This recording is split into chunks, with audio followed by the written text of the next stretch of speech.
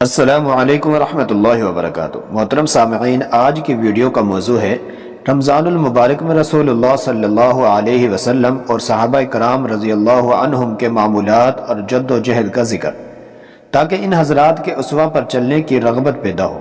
حضرت امی عائشہ رضی اللہ تعالی عنہ فرماتی ہیں، جب رمضان داخل ہو جاتا تو رسول اللہ صلی اللہ علیہ وسلم اپنی ازار کو سخت باندھ لیتے، پھر جب تک رمضان گزر نہ جاتا آپ بستر پر نہ آتے تھے۔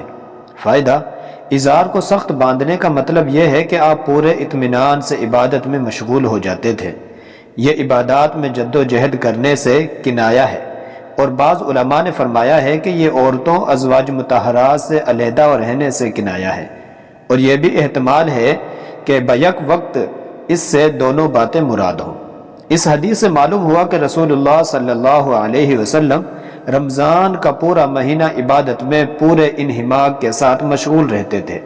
حضرت امی عائشہ رضی اللہ تعالی عنہا ہی سے مروی ہے، وہ فرماتی ہیں کہ جب رمضان آتا تو رسول اللہ صلی اللہ علیہ وسلم کا رنگ بدل جاتا، اور آپ صلی اللہ علیہ وسلم کی نماز زیادہ ہو جاتی، اور آپ دعا میں گڑ گڑاتے اور رمضان کی حرص کرتے۔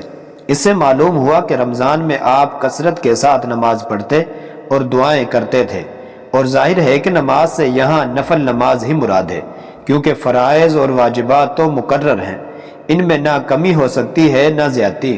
اور رنگ بدل جانے کے دو مطلب ہو سکتے ہیں، ایک تو یہ کہ کثرت عبادت کی وجہ سے اور پے در پہ روزوں کی وجہ سے آپ صلی اللہ علیہ وسلم کا رنگ متغیر ہو جاتا، جیسا کہ عام طور پر مجاہدہ اور ریاضت کرنے سے ہوتا ہے۔ دوسرا یہ کہ یہ حالت بدل جانے سے کنایہ ہے، مطلب یہ ہے کہ عام دنوں کی حالت سے رمضان میں آپ صلی اللہ علیہ وسلم کی حالت دوسری ہوتی کہ عام دنوں میں اتنی کثرت سے نمازیں اور دعائیں نہ ہوتی جیسے رمضان میں ہوتی۔ ہمارے محاورے میں بھی بولتے ہیں فلاں کا رنگ ہی بدل دیا گیا، یعنی حالت بدل گئی، اور حرص کرنے کا مطلب یہ ہے کہ رمضان میں نیکیوں کی حرص کرتے تھے۔ واللہ عالم بالصواب۔ حضرت امی عائشہ رضی اللہ تعالی عنہا ہی فرماتی ہیں کہ جب رمضان کا آخری عشرہ آ جاتا تو آپ صلی اللہ علیہ وسلم اپنی ازار سخت باندھتے اور راتوں کو جاگتے اور اپنے گھر والوں کو بھی جگا دیتے۔ حضرت عائشہ رضی اللہ تعالی عنہا ہی فرماتی ہیں کہ آپ صلی اللہ علیہ وسلم آخری عشرے میں اتنی جد و جہد عبادت کرتے تھے کہ دوسرے دنوں میں اتنی نہیں کرتے تھے۔ اس سے معلوم ہوا کہ آپ خاص طور پر آخری عشرہ میں بڑا مجاہدہ فرماتے تھے، حتیٰ کہ اپنے اہل خانہ کو بھی عبادات کے لیے جگا دیا کرتے تھے۔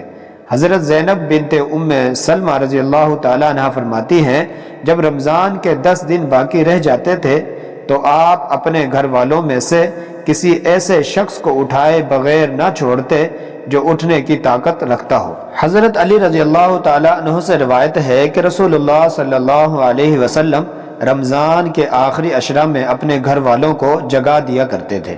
حضرت ابن عباس رضی اللہ تعالیٰ عنہ فرماتے ہیں کہ نبی کریم صلی اللہ علیہ وسلم تمام اوقات سے زیادہ رمضان میں سخی ہو جاتے تھے۔ جب جبرائیل علیہ السلام آپ سے ملتے تھے، اور حضرت جبرائیل علیہ السلام رمضان کی ہر رات میں آپ صلی اللہ علیہ وسلم سے ملتے تھے، یہاں تک کہ رمضان گزر جاتا۔ نبی کریم صلی اللہ علیہ وسلم انہیں قرآن سنایا کرتے تھے۔ غرض جب حضرت جبرائیل علیہ السلام آپ سے ملتے تھے تو آپ صلی اللہ علیہ وسلم تیز ہوا سے بھی زیادہ نیکی میں سخی ہو جاتے تھے۔ اس حدیث سے معلوم ہوا کہ آپ رمضان میں سخاوت و خیرات بہت زیادہ کرتے تھے۔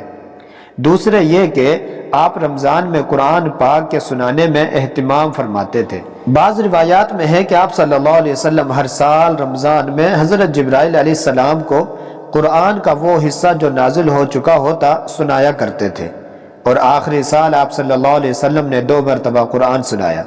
سالبہ بن ابی مالک رضی اللہ تعالیٰ عنہ کہتے ہیں کہ ایک دفعہ رمضان کی رات میں رسول اللہ صلی اللہ علیہ وسلم باہر نکلے تو آپ نے لوگوں کو دیکھا کہ مسجد کے ایک کونے میں نماز پڑھ رہے ہیں۔ آپ نے پوچھا یہ لوگ کیا کر رہے ہیں؟ ایک نے عرض کیا کہ یہ لوگ ایسے ہیں کہ ان کے پاس قرآن نہیں، یعنی حفظ یاد نہیں۔ اور ابی ابن کعب رضی اللہ تعالیٰ عنہ فرماتے ہیں اور یہ لوگ ان کی اقتداء میں نماز پڑھتے ہیں۔ آپ صلی اللہ علیہ وسلم نے فرمایا بہت اچھا کیا، ٹھیک کیا، حضرت عائشہ رضی اللہ تعالی عنہ فرماتی ہیں کہ ایک مرتبہ رسول اللہ صلی اللہ علیہ وسلم رات کے درمیانی حصہ میں باہر نکلے اور مسجد میں نماز پڑھی اور آپ کے ساتھ چند لوگوں نے بھی نماز پڑھی۔ صبح لوگوں نے اس کا تذکرہ کیا اور دوسری رات اس سے زیادہ لوگ جمع ہو گئے۔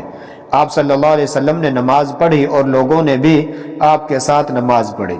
پھر صبح اس کا چرچا ہوا تو تیسری رات بہت لوگ جمع ہو گئے۔ آپ صلی اللہ علیہ وسلم نے اس رات بھی نماز پڑھائی اور لوگوں نے نماز پڑھی، اور چوتھی رات اس قدر مجمع ہو گیا کہ مسجد میں گنجائش نہ رہی، مگر آپ صلی اللہ علیہ وسلم اس رات نہیں آئے اور فجر کی نماز کے لیے تشریف لائے اور نماز کے بعد فرمایا، میں تم لوگوں کے یہاں موجود ہونے سے بے خبر نہیں تھا، مگر مجھے خوف اور اندیشہ ہوا کہ کہیں یہ تم پر فرض نہ ہو جائے اور تم اس کو ادا نہ کر سکو۔ حضرت ربیع بنت معوذ رضی اللہ تعالیٰ عنہ فرماتی ہیں کہ ہم خود روزہ رکھتے تھے اور اپنے بچوں کو روزہ رکھاتے تھے اور روئی کے کھلونے بنا کر رکھتے، جب وہ روتے تو وہی کھلونے ان کو دے دیتے تھے۔ فائدہ: حضرت ربیع رضی اللہ تعالیٰ عنہ کی یہ بات اگرچہ عاشورہ کے روزے کے بارے میں آئی ہے، اور یہ عاشورہ کا روزہ رمضان کے روزوں کی فرضیت سے قبل فرض تھا۔ جب عاشورہ کے فرض روزے کا اس قدر اہتمام ان حضرات میں تھا تو وہ بچوں تک کو روزہ رکھواتے تھے، تو اندازہ کرنا چاہیے کہ رمضان کے روزوں کا کیا حال ہوتا ہوگا اور اس کا کس قدر اہتمام کرتے ہوں گے۔ ایک شخص کو حضرت عمر رضی اللہ تعالیٰ عنہ کی خدمت میں پیش کیا گیا کہ اس نے رمضان میں شراب پی لی ہے۔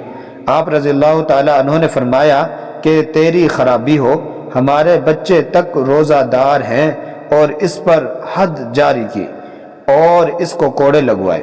یہ چند روایتیں ہیں جن سے رسول اللہ صلی اللہ علیہ وسلم اور صحابہ رضی اللہ تعالی عنہم کا معمول رمضان میں معلوم ہوتا ہے۔ پیارے سامعین، حضور پاک صلی اللہ علیہ وسلم اور صحابہ کے واقعات سنانے کا مقصد یہ ہوتا ہے کہ ان اللہ کے پیارے نیک بندوں کے واقعات سن کر ہمارے اندر بھی نیکی کرنے کا شوق و جذبہ پیدا ہو، اور ہم بھی انہی کی طرح نیک اعمال کرنے لگیں اور ان کے نقش قدم پر چلنے کی کوشش کریں، اور ان کے نقش قدم پر چل کر ہم بھی کامیابی کی سیڑھی پر چڑھنے لگیں۔ اللہ پاک ہم سب کو حضور پاک صلی اللہ علیہ وسلم کی سیرت اپنانے اور صحابہ کی طرح زندگی گزارنے کی توفیق عطا فرمائے، آمین یا رب العالمین۔ وعلیکم السلام ورحمۃ اللہ وبرکاتہ۔